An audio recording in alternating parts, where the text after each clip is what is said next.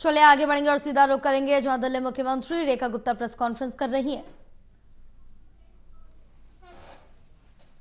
और 25-26 में 750 करोड़ का इसमें है। स्मॉल सेविंग लोन पहले 10,000 करोड़ लिखा है, पर बहुत ज्यादा उन्होंने कभी इसकी और किया नहीं है और हमने इसे 15,000 करोड़ पे लेके गए हैं। Recovery of loan and advances 379 crore है और हमने जो है इसमें 109 करोड़ इसमें रखा है।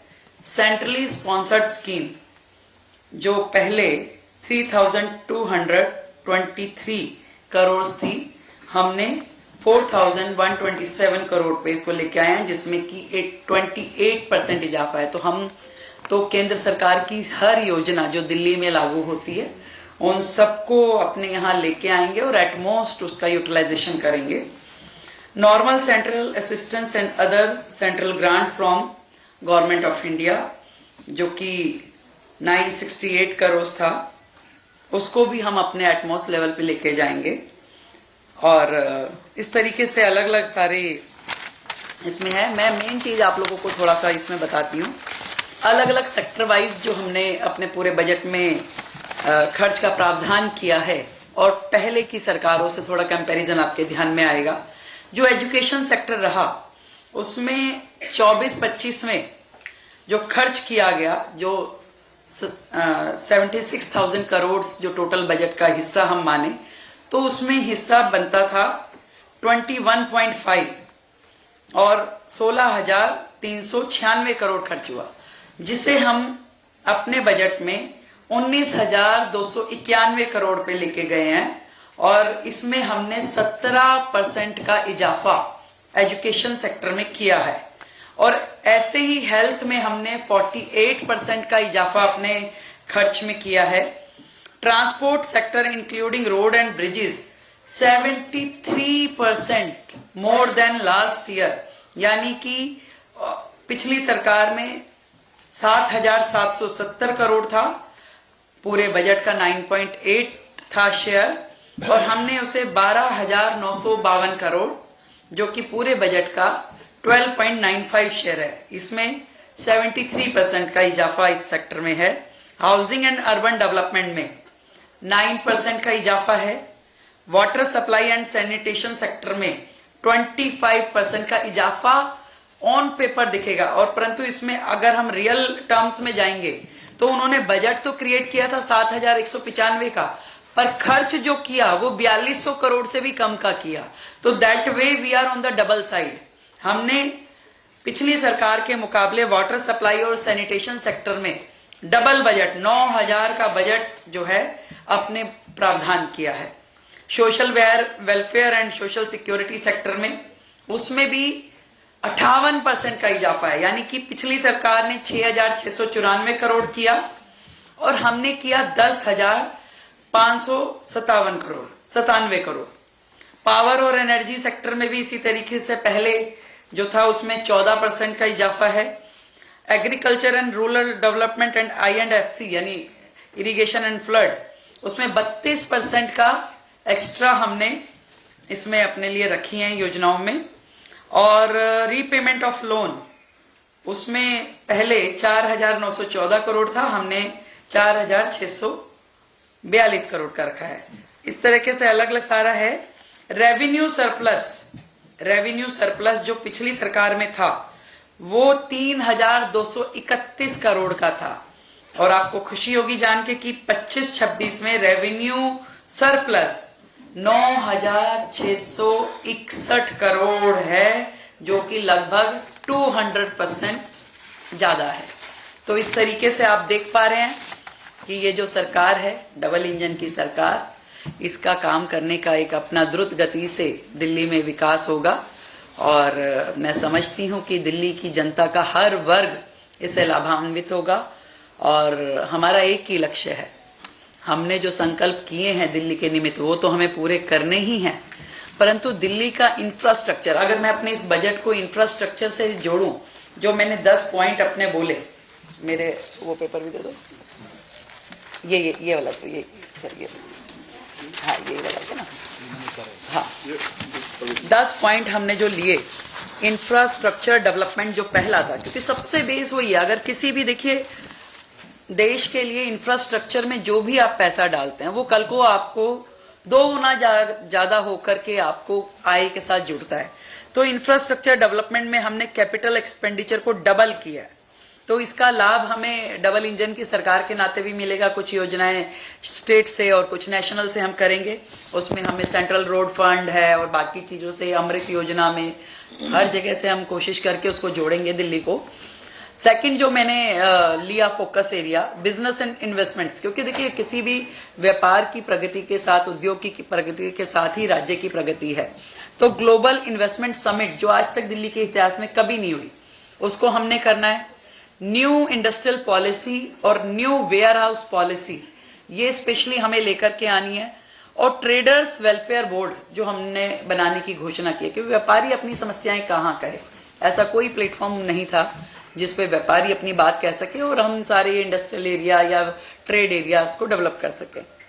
यमुना वाटर एंड सीवर, ये एक बहुत बड़ा सेगमेंट है जो दिल्ली में हम बड़े बड़े मुद्दे जिससे जुड़े हुए हैं। हमारे एयर पॉल्यूशन की बात कहें, हम यमुना की बात कहें, तो 9,000 करोड़ का जो हमने इसमें बजट लिया वो अपने आप रिमार्केबल है, जिसमें कि पूरे इंफ्रास्ट्रक्चर को ठीक करने की दिशा में हम बहुत बड़ा काम करेंगे। अभी तक बातें ही होती थी, कोई एसटीपी, कोई डब्ल्यूटीपी, कोई डिसेंट्रलाइज एसटीपी, किसी पे काम ही नहीं हो रहा था। तो जब तक काम नहीं होगा तब तक आप उसमें आगे कैसे बढ़ेंगे। तो 2,000 करोड़ उसमें हमें सेंट्रल गवर्नमेंट से असिस्टेंस मिलेगी, हम ऐसा मानते हैं। यमुना क्लीनिंग पे हमने अलग अलग माध्यम से और स्पेशली जो 40 डिसेंट्रलाइज सीवेज प्लांट बना रहे हैं उस पर 500 करोड़ खर्च कर रहे हैं। और जीपीएस जो वाटर टैंकर्स में लगना है, ये बहुत बड़ा मुझे लगता है, क्योंकि पानी की चोरी, टैंकर्स गायब होना, ये करप्शन का बहुत बड़ा अड्डा था जिसे हम कर्व कर पाएंगे। Intelligent monitoring on water management, बहुत बड़ा लीकेज तो यही था कि आप जितना पानी दे रहे हैं, शुरू जितना होता है आखिरी पॉइंट तक उतना पहुंचता ही नहीं था। तो 150 करोड़ इसमें smart metering and intelligent monitoring, इन दोनों पे हम करने वाले हैं। इसके अलावा repairing of old sewage line 250 crore, Najafgarh drain renovation 200 crore, new water wells and borewells 100 crore, और लोकल वाटर बॉडीज को दोबारा से बनाने के लिए 50 करोड़, रेन वाटर हार्वेस्टिंग जो 50 crore, Wazirabad trunk sewer line 10 crore repair के लिए। हेल्थ सेक्टर जो हमारा 4th सेगमेंट है, हेल्थ एंड एजुकेशन, बहुत इंपॉर्टेंट किसी भी देश के लिए है और राज्य के लिए। इसमें हमने आयुष्मान भारत, ये हमारा सबसे ज्यादा मेन स्ट्रीमलाइन पॉइंट है कि आयुष्मान भारत जो पूरे देश में लागू था, दिल्ली में नहीं लागू था, उसे हमने शुरू किया और इसमें हमने पूरा बजट उसमें क्रिएट किया। उसके अगेंस्ट हम टॉप अप के साथ देंगे 5 लाख रुपए केंद्र की ओर से और 5 लाख रुपए राज्य की ओर से। तो 10 लाख का आयुष्मान का लाभ पूरी दिल्ली ले पाएगी। 100 करोड़ रुपए हमने जो हॉस्पिटल्स उन लोगों ने अधूरे छोड़े, वो 24 हॉस्पिटल, उसमें से पहले 10-12 को हम टारगेट करते हुए हमने 100 करोड़ रुपए का फंड रखा है। हेल्थ सेक्टर को पूरा डिजिटलाइज करने के लिए, पूरा एआई से जोड़ने के लिए और उनका एक सिस्टम जिसमें हर पेशेंट का रिकॉर्ड रहे और साथ में सेंटर प्रोक्योरमेंट के माध्यम से दवाइयां ली जाएं और हर चीज में मतलब कि बहुत ज्यादा हम सिस्टम को पारदर्शी करना चाहते हैं जिसमें करप्शन के चार्जेस बिल्कुल खत्म हो जाएं। एजुकेशन में हमने 100 करोड़ रुपए सीएम श्री स्कूल, जो कि आप मानिए कि केजी से लेके और 12वीं तक के पीजी तक, केजी से लेके पीजी तक बच्चों को पूरा एजुकेशन में हम उनको हेल्प कर पाए। ऐसे एक स्मार्ट स्कूल जिसे हम कहें कि जिसमें पूरी तरह से सभी फैसिलिटीज हों। हमने जो बच्चों को असिस्टेंस देने के लिए जो अलग अलग फील्ड में जेई का, क्लैट का, सीए का, जितने प्रोफेशनल लाइंस के लिए उनके एंट्रेंस एग्जाम रहते हैं, पंडित मदन मोहन मालवीय योजना शुरू करी है और उसमें हम बच्चों को मदद देंगे। और doctor Abdul Kalam language labs के लिए हमने 100 स्कूलों को चिन्हित करेंगे और उसमें हम वो खोलेंगे, लैब्स खोलेंगे, लैंग्वेज लैब। 1200 स्कूलों बच्चों को हम फ्री लैपटॉप देंगे, जो मेरिटोरियस बच्चे होंगे, जो 10वीं के रिजल्ट पे उनको दिए जाएंगे। स्पोर्ट्स यूनिवर्सिटी जो हम बनाएंगे, और एजुकेशन हब जो हमारी बनेगी उस पे हमने 500 करोड़ का फंड रखा है। और स्मार्ट क्लासेस अभी तक सिंबॉलिक ही चल रही थी, ये स्कूलों में स्मार्ट क्लासेस कहाँ ही होती थी, आप समझते हैं। हमने उसके लिए 100 करोड़ का फंड रखा है और टारगेट किया कि 7000 कमरों को हम स्मार्ट क्लासेस में कन्वर्ट कर पाए। ऐसे ही 175 कंप्यूटर लैब्स, उसमें हम 50 करोड़ का हमने फंड रखा है न्यू कंप्यूटर लैब्स, क्योंकि अपडेटेड वर्जन कहीं पे भी किसी स्कूल में नहीं है, तो updated computer lab, digitalise computer labs हमारी हो। नेक्स्ट सेक्टर हमारा टूरिज्म एंड कल्चर है, जिसमें हमने 117 करोड़ जो है फंड रखा है डेवलपमेंट ऑफ टूरिज्म, और उसके अलावा हम ब्रांडिंग में खर्च करेंगे 20 करोड़ रुपए की दिल्ली की अपनी ब्रांडिंग हो, और इंटरनेशनल फिल्म फेस्टिवल को हम दिल्ली लेके आए। ऐसे अलग अलग हेडों में हमने बजट क्रिएट किया है। और एक चीज और जो विशेष की हमने, मैथिली और भोजपुरी एकेडमी है, उसका फंड हमने डबल कर दिया 6 करोड़ रुपए। वेलफेयर ऑफ पुअर्स, दिल्ली में सभी लोग समान रूप से चलें, बढ़ें और तरक्की करें, उसके लिए हमने अलग अलग स्कीम जो सीनियर सिटीजन्स की और पेंशन्स की, विडो, हैंडीकैप्ड, उसमें 10,047 करोड़ रुपए रखा है। बहनों को 2500 रुपए देने के लिए हमने दिल्ली में 5100 करोड़ रुपए का फंड रखा है। और अटल कैंटीन जो हमारा संकल्प पत्र में भी था, तो उसको क्लस्टर एरिया के नजदीक, क्योंकि अटल जी का 100वां जन्म शताब्दी वर्ष है, इसमें हम 100 जगह पे अटल कैंटीन खोलने का हमारा प्लान है। ड्यूसिप के माध्यम से झुग्गी झोपड़ियों में एक बड़ा डेवलपमेंट के काम, जो उनकी जरूरतें हैं, शौचालय हैं, उनकी नहाने की जगह, किसी भी झुग्गी में आप चले जाओ, बहन बेटियों के नहाने की जगह नहीं है, जो कि मतलब हम सबके लिए बड़ी शर्म की बात है कि देश के आजादी के 75 साल बाद भी अब तक की सरकारों ने केवल झुग्गी वालों को वर्गलाया ही है। वोट की राजनीति करते हुए कभी उनके लिए कोई काम नहीं किया। आप जितने कैंप जाइए सबके नाम Indira camp, Sanjay camp, Rajiv camp है, पर कभी किसी ने उनकी डेवलपमेंट की तरफ सोचा ही नहीं।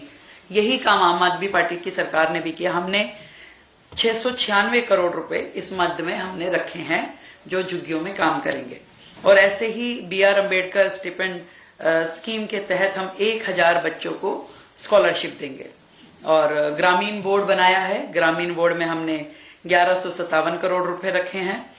किसानों को हमने टॉपअप के साथ में 9000 रुपए, यानी 6+3 किसान सम्मान निधि में दिए हैं। गौशालाएं जितनी हमारी हैं दिल्ली में, जिनको गवर्नमेंट की तरफ से एड जाती है, उनको हमने जितनी पेंडिंग थी, क्योंकि इनकी सरकारों में पिछले कई सालों से गौशालाओं को पैसे ही नहीं मिल रहे थे, वहां गोधन कैसे सरवाइव कर रहा था, उनके लिए भी समस्या का विषय था।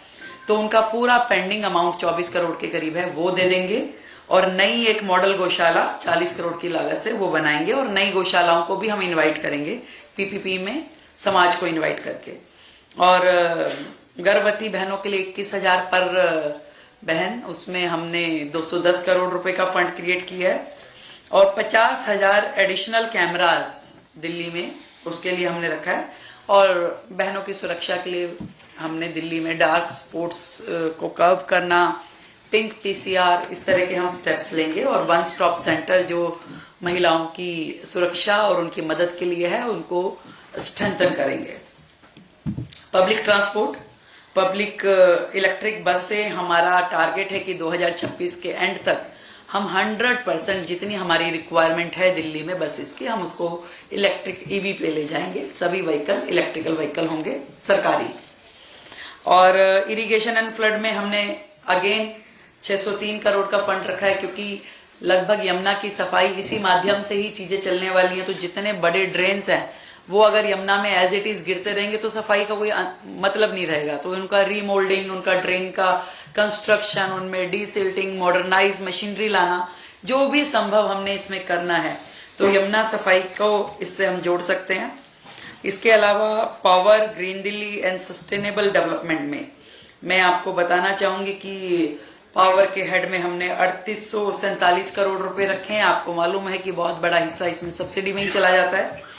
PM सूर्य घर मुफ्त बिजली योजना को हमने टॉपअप के साथ किया ताकि लोग और मोटिवेट हों, उसमें हमने बजट रखा दिया है। और ओवरहेड वायरिंग आप समझते हैं कि देश दिल्ली के लिए मतलब एक बहुत ही डिफेस करने वाला विषय है। तो इसको पायलट प्रोजेक्ट की तरह हम करेंगे कुछ कॉलोनीज में, और 100 करोड़ इसमें हमने रखे हैं। वेस्ट टू एनर्जी प्लांट को बढ़ाएंगे, और एनवायरमेंट एंड फॉरेस्ट की उसके लिए हम लोग 506 करोड़ रुपए मतलब प्लांटेशन और इसमें जितना भी हमारा ग्रीन बेल्ट है उसको डेवलप करने के लिए, पॉल्यूशन कंट्रोल मेजर्स के लिए 300 crore, Delhi garden and park society मतलब जो RWS पार्कों को संभालती है सरकार, उनको ग्रांटिंग एड देती है, तो पिछली सरकारों के राज में वो भी सालों से उन बेचारी RWS का पैसा रुका हुआ था, तो हम उनका पैसा भी चुकाया करेंगे और नए लोगों को ये काम भी देंगे, ताकि पब्लिक के साथ में मिल करके हम दिल्ली को और ग्रीन कर सके। 20 करोड़ रुपए इस हेड में हमने रखे हैं। एक रिफॉर्म और परफॉर्म और ट्रांसफॉर्म इस दिशा में अगर हम सोचे तो हमने एक दिल्ली का integrated control and command centre under one roof, कि भी आपका एक ही छत के नीचे आप सारे जो दिल्ली से कंसर्न्ड विषय है, चाहे वो पॉल्यूशन लेवल है, चाहे वो वाटर लॉगिंग है, हम हर चीज को कंट्रोल कर सके और रिड्रेसल भी दे सके जनता को। इसके लिए हमने बजट रखा है। जुडिशरी और कोर्ट, क्योंकि दिल्ली की जनता से जुड़े हुए हैं, हजारों मुद्दे पेंडिंग रहते हैं, तो उनके रेनोवेशन के लिए, उनको हाइब्रिड करने के लिए हमने 927 करोड़ रुपए रखा है, जिसमें कि हम पूरे कोर्ट की बिल्डिंग्स को ठीक करेंगे। मॉडर्नाइजेशन ऑफ फायर स्टेशंस में हमने काफी फंड रखा है अलग अलग हेड में, खासकर 100 व्हीकल, जैसे छोटे गलियों में, तंग गलियों में जहां पे कि व्हीकल नहीं जा पाते हैं, तो छोटी वैन्स जो फायर की गाड़ियां हैं वो ऐसी जगहों पे खड़ी रहें कि जरूरत पड़ने पे वो तुरंत, अभी पीछे कई हादसे हमने देखे कि जिसमें हम कर्व नहीं कर पाए उस हादसे को, तो इसके लिए हम तैयारी करेंगे। मॉडर्नाइज सिस्टम, मॉडर्नाइज गाड़ियां और फायर स्टेशन का डेवलपमेंट उसमें हमारे लिए बहुत इंपॉर्टेंट है, उसको हम करने वाले हैं। जेल जो हमारी है दिल्ली के अंदर, उसको आउटस्कर्ट्स में ले जाकर उसको नए सिरे से नया बनाना, ये हमारे लिए प्रोजेक्ट होगा, ताकि शहरी क्षेत्रों में भी दिक्कत ना हो और जेल भी आधुनिक तकनीक से बन के वहां सुरक्षा की दृष्टि से चीजें ठीक से हो पाए। नया स्टेडियम, नए ऑडिटोरियम बनाए, नए ISBTs को हम डेवलप करें, और दिल्ली के लिए नया गेस्ट हाउस, अभी तो है ही नहीं गेस्ट हाउस। ऐसे बहुत सारे हमारा विजन है कि हम दिल्ली को डेवलपमेंट दें, विकसित दिल्ली 2047 की ओर बढ़े। आदरणीय मोदी जी के नेतृत्व में दिल्ली में विकास हो और केंद्र और दिल्ली मिलकर के डबल इंजन के रूप में बेहतर काम करें। बहुत बहुत धन्यवाद।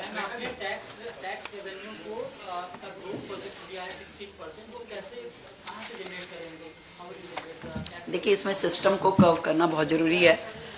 जो कलेक्शन है उसको सिस्टम को ठीक किया जाएगा, उसकी मॉनिटरिंग की जाएगी। बहुत सारी पुरानी फाइलें पेंडिंग है, और अगर हम उसमें मदद कर पाए तो हो सकता है हम एमनेस्टी स्कीम को भी लेके आए, चीजें उसमें बेहतर हो। मुझे लगता है कि बहुत बहुत धन्यवाद, मैंने सारी चीजें ब्रीफ कर दी है। Thank you so much. और आज हमारे मंत्री लोगों से आप कहीं पे भी बात कर सकते हैं। धन्यवाद। ग्रुप फोटोग्राफ करा लेते हैं जी, आइए।